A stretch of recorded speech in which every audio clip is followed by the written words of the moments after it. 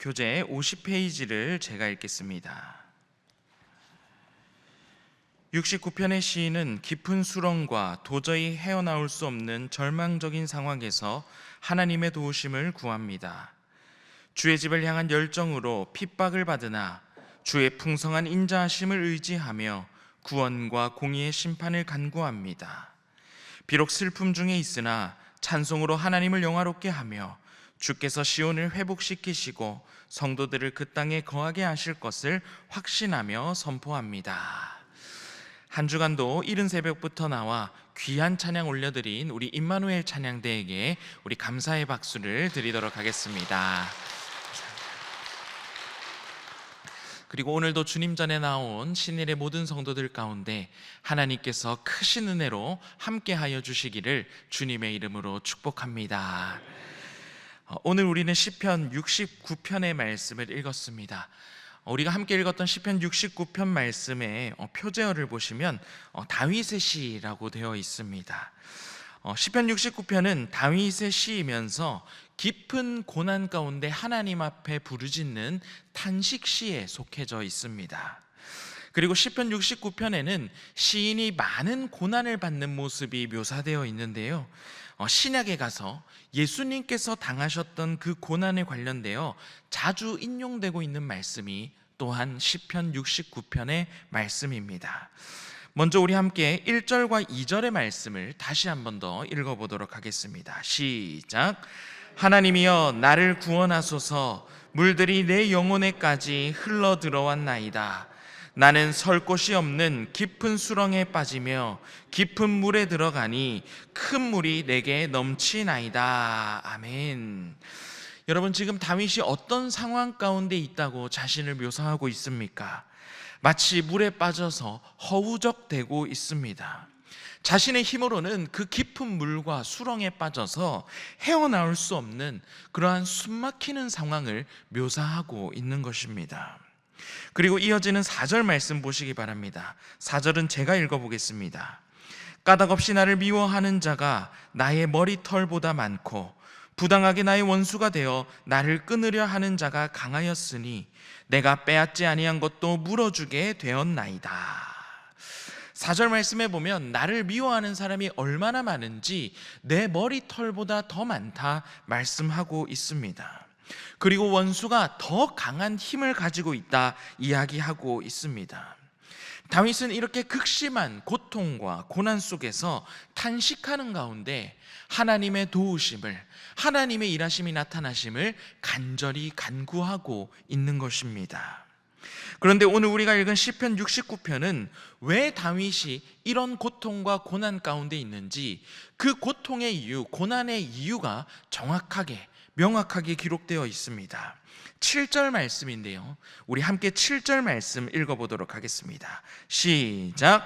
내가 주를 위하여 비방을 받았사오니 수치가 나의 얼굴에 덮였나이다. 아멘. 여러분, 다윗이 자신이 지금 받고 있는 이 고난의 이유를 뭐라고 설명하고 있냐면 내가 주를 위하여 비방을 받았다 이야기하고 있습니다. 다윗이 지금 자신의 잘못 때문에 고난을 받고 있는 것이 아니라는 것입니다. 다윗이 지금 고난을 받고 있는 그 이유는 주님을 위해서 하나님을 섬기고 또 하나님의 편에 서 있었기 때문에 원수들로부터 비방과 수치를 당하는 다윗의 모습을 그려주고 있는 것입니다. 9절 말씀, 우리 9절 말씀도 함께 읽어보도록 하겠습니다. 시작.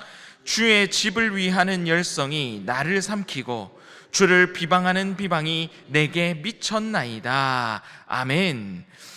주님의 집을 위하는 그 열성 때문에 고난을 받고 있는 것입니다. 하나님을 사랑하는 마음이 너무나 컸기 때문에 원수들이 그 하나님을 향해서 모욕하고 하나님을 비방하는데 그것이 마치 나에게 비방하는 것처럼 받아들이고 있는 상황이 지금 다윗이 처한 상황인 것입니다. 우리가 조금 전에 읽었던 9절 말씀 앞부분에 보시면 주의 집을 위하는 열성이 나를 삼키고, 이 말씀은 여러분 신약에서 인용되는데요, 예수님께서 예루살렘 성전에 들어가셔서 성전에서 장사하는 사람들을 내쫓으셨을 때 그 장면에서 이 말씀이 인용됩니다. 예수님께서 분노하시며 성전에서 장사하는 사람들을 다 쫓아내실 때 그 장면을 보고 제자들이 이렇게 이야기합니다.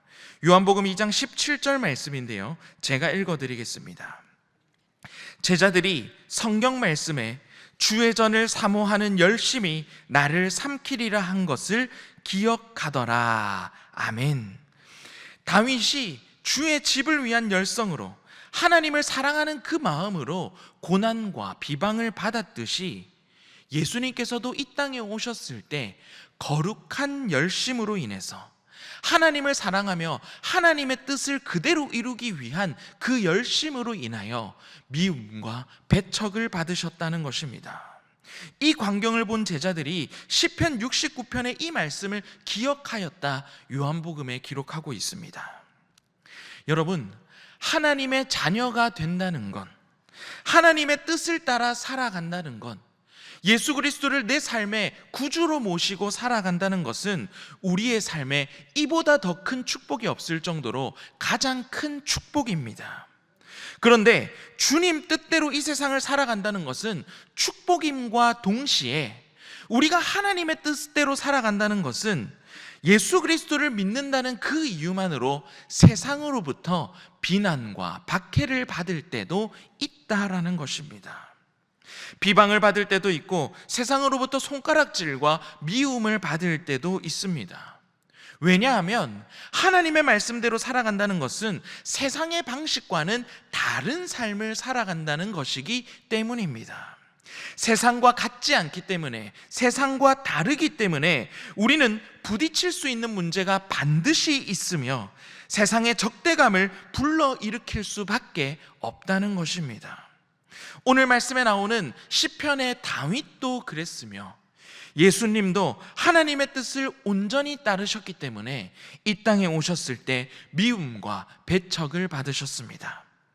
그렇기 때문에 여러분, 우리는 꼭 기억해야 됩니다. 내가 혹시 지금 주를 위하여 고난을 받고 있다면, 예수님을 믿는다는 이유만으로 미움과 박해를 받고 있다면 그것이 지금 내가 잘못된 길을 걸어가고 있는 것이 아니라는 사실입니다. 오히려 내가 옳은 길을 가고 있다는 사실을, 그리고 내가 주님의 길 위에 온전히 있다는 사실을 우리는 분명히 기억할 수 있어야 합니다. 그런데도 여러분, 고난과 박해는 아무리 의인이 받는, 거룩한 자가 받는 고난이라고 해도 고난은 우리에게 쉬운 길이 아닙니다. 그러면 우리는 어떻게 의인이 받는 고난 속에서 위로를 받을 수 있습니까? 예수님께서는 누가복음 6장 22절과 23절 말씀에서 이렇게 기록하고 있습니다. 예수님께서 하신 말씀입니다. 약속의 말씀입니다. 제가 누가복음 6장 22절과 23절 말씀을 읽어보겠습니다. 인자로 말미암아 사람들이 너희를 미워하고 멀리하고 욕하고 너희 이름을 악하다 하여 버릴 때에 너희에게 복이 있도다. 그날에 기뻐하고 뛰놀라. 하늘에서 너희 상이 큼이라. 그들의 조상들이 선지자들에게 이와 같이 하였느니라. 아멘. 예수님께서 예수님 때문에 우리가 사람들에게 미움을 받고 멀리함을 당하며 욕을 먹고 버림을 받는데도 예수님께서는 우리에게 뭐라고 말씀하고 계시냐면 너희에게 복이 있도다 말씀하고 계십니다. 왜냐하면 그 고난이 인자로부터 말미암은 고난이라면 그 고난이 우리가 예수 그리스도의 그 길을 따라 살아가면서 받게 되는 고난이라면 누가복음 6장 23절에서 하나님께서 그것을 다 기억하여 주시고 하늘의 상으로 갚아주실 것이다 약속하여 주고 계시기 때문입니다. 여러분, 이 말씀의 약속을 꼭 믿으시기 바랍니다. 예수님 때문에 당하는 고난이 있다면 우리가 주님을 잘 믿으면서 세상으로부터 손가락질을 받고 박해를 당하게 된다면 그 고난 너머에 있는 하나님의 약속을 바라볼 수 있어야 한다는 것입니다. 세상에서는 손해받을 수 있지만 하늘에서는 큰 상을 받게 될 것이기 때문입니다.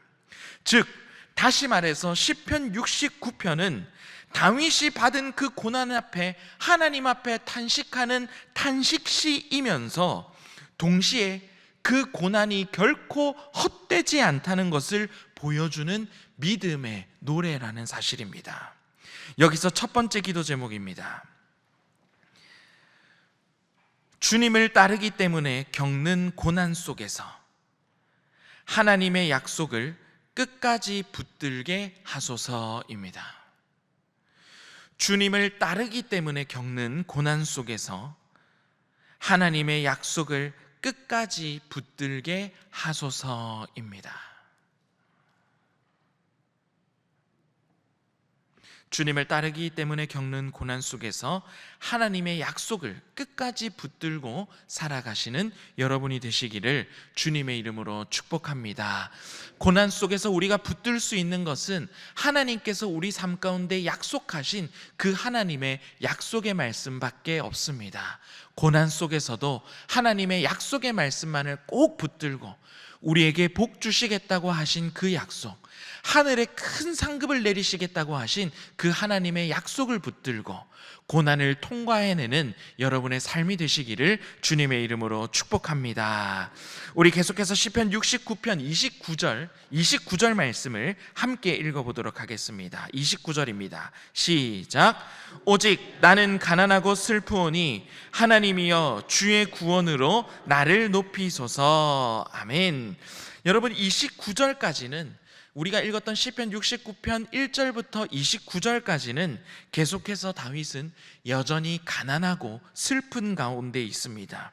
원수들이 계속해서 끊임없이 자신을 괴롭히고 있으며 그 문제가 하나도 해결되지 않은 상황입니다. 분명 29절까지는 그 깊은 고난 속에 하나님 앞에 탄식하며 부르짖고 있는데 30절 말씀, 이어지는 30절 말씀에 와서는 분위기가 반전이 되게 됩니다. 우리 30절 말씀 함께 읽어보도록 하겠습니다. 시작. 내가 노래로 하나님의 이름을 찬송하며 감사함으로 하나님을 위대하다 하시리니. 아멘. 깊은 수렁 가운데 있었던, 마치 물에 빠져서 허우적거리며 내 힘으로는 도저히 나올 수 없었던 그 깊은 고통과 고난 가운데 있었던 다윗이 결국 마지막에 결정했던 믿음의 행동, 믿음의 자세가 있습니다. 바로 그것이 뭐냐면 우리가 조금 전에 읽었던 30절 말씀에 나오는 하나님을 찬양하는 일입니다. 이 찬양은 모든 일이 해결이 다 되고 나서 하나님 앞에 드렸던 찬양이 아닙니다. 고난 한가운데서, 깊은 수렁 가운데 빠져있는 그 상황 가운데서 하나님을 찬양하며 하나님은 위대하시다 고백하고 있는 것입니다. 다윗은 고난 가운데 결국 그 마지막에 내가 할 일은 하나님을 찬양하는 일이라 결단하며 하나님 앞에 찬양하며 하나님의 위대하심을 고백하고 있는 것입니다. 그리고 32절 말씀에 보면 이 고난 한가운데 하나님 앞에 찬양할 때 하나님께서는 31절입니다. 31절 말씀에 보면 황소를 드리는 것보다 하나님을 더 기쁘게 하시는 일이다 말씀에서 기록하고 있습니다. 그리고 이어지는 우리 32절 말씀, 우리 32절은 함께 읽어보도록 하겠습니다. 시작. 곤고한 자가 이를 보고 기뻐하나니 하나님을 찾는 너희들아 너희 마음을 소생하게 할지어다. 아멘. 그렇게 고난의 깊은 한가운데서 다윗이 하나님을 찬양하니까 어떤 결과가 일어나냐면 32절 말씀에 보면 곤고한 사람이, 다윗 한 사람의 그 찬양이 어떤 결과까지 이르게 하냐면 다른 곤고한 사람들 또한 절망에서 기쁨으로 옮겨가게 하는 결과가 나타나게 된다는 것입니다. 또 다윗의 그 찬양으로 말미암아 낙심한 사람들이 마음이 다시 살아나게 되었다라는 것입니다. 고난과 절망 가운데 있는 자들이 고난 가운데서 다윗이 부르는 그 찬양의 소리를 듣고 은혜를 받게 되고 희망을 얻게 되었다라는 것입니다. 여러분, 고난 가운데서도 하나님을 찬양하시기 바랍니다. 왜냐하면 그 찬양이 나 혼자만 위로를 받고 끝나는 것이 아니기 때문입니다. 고난의 깊은 곳에서 내가 드리는 그 찬양, 내가 하나님은 위대하시다 고백하는 그 고백이 나만 살리는 것이 아니라 내 주변에 있는 사람들 누군가에게도 힘이 될 수 있으며 누군가에게 희망을 전할 수 있게 되기 때문입니다. 고난을 통과하는 가운데 하나님께 드리는 그 찬양과 고백이 훨씬 더 강력한 찬양의 능력이 있다라는 것입니다. 오늘 시편 69편의 내용은 탄식시라고 말씀드렸습니다. 그런데 시편 69편은 탄식으로 끝나지 않습니다. 그 입술이 탄식에서 찬양으로 변화되며, 그리고 찬양이 모든 낙심한 자들을 일으키며 절망한 자들의 마음을 소생케 하는 희망의 찬양으로 변화되는 것으로 시편 69편은 마치고 있습니다. 고난 속에서도 찬양을 잃지 않으며 찬양의 능력을 통하여 여러분의 주변이 희망으로 변화되게 되는 주님의 역사가 일어나게 되시기를 주님의 이름으로 축복합니다. 두 번째 기도 제목입니다. 우리의 탄식이 찬양으로 변화되게 하시며, 우리의 탄식이 찬양으로 변화되게 하시며, 그 찬양이 많은 사람들에게 희망을 전하는 통로가 되게 하소서입니다. 그 찬양이 많은 사람들에게 희망을 전하는 통로가 되게 하소서입니다. 우리의 탄식이 찬양으로 변화되게 하시며 그 찬양이 많은 사람들에게 희망을 전하게 되는 통로가 되게 하소서. 오늘 우리는 시편 69편 다윗의 탄식시를 우리가 함께 읽었습니다. 우리가 언뜻 보기에는 그냥 하나님 앞에 탄식하는 시로만 보일지 모르겠지만 사실은 그 탄식 속에서도 그 고난이 결코 헛되지 않다는 사실을 보여주는 믿음의 노래였습니다. 그리고 고난 한가운데도 하나님을 찬양하고 노래할 때 다윗뿐만이 아니라, 그 찬양했던 다윗뿐만이 아니라 주변에 있는 모든 사람들이, 많은 사람들이 그 찬양을 통해 희망을 발견하게 되는 희망의 노래를 우리는 발견할 수 있게 되었습니다. 여러분의 삶 가운데도 깊은 고난과 고통 가운데 탄식이 나온다 할지라도 하나님의 약속을 붙드는 그 믿음으로, 그리고 그 가운데 하나님을 찬양함을 통해서 말씀의 능력, 찬양의 능력으로 너끈히 이기게 되시는 여러분이 되시기를 주님의 이름으로 축복합니다. 우리 시간 오늘은 두 가지 기도 제목으로 함께 기도하도록 하겠습니다. 주님을 따르기 때문에 겪는 그 고난 속에서도 하나님의 약속의 말씀을 끝까지 붙들게 하소서. 그리고 두 번째 기도 제목은 우리의 탄식이 찬양으로 변화되게 하시며 그 찬양을 통하여 많은 사람들에게 희망을 전하는 통로가 될 수 있게 해달라고. 계속해서 안식월을 보내고 계신 위임 목사님을 위해서, 그리고 주일 준비하는 모든 손길을 위해서, 또 오늘 또 깔끔이를 위해서 우리 이 시간 모든 기도 제목을 놓고 우리 함께 기도하도록 하겠습니다. 주여 믿습니다. 주여 믿습니다. 주여 믿습니다.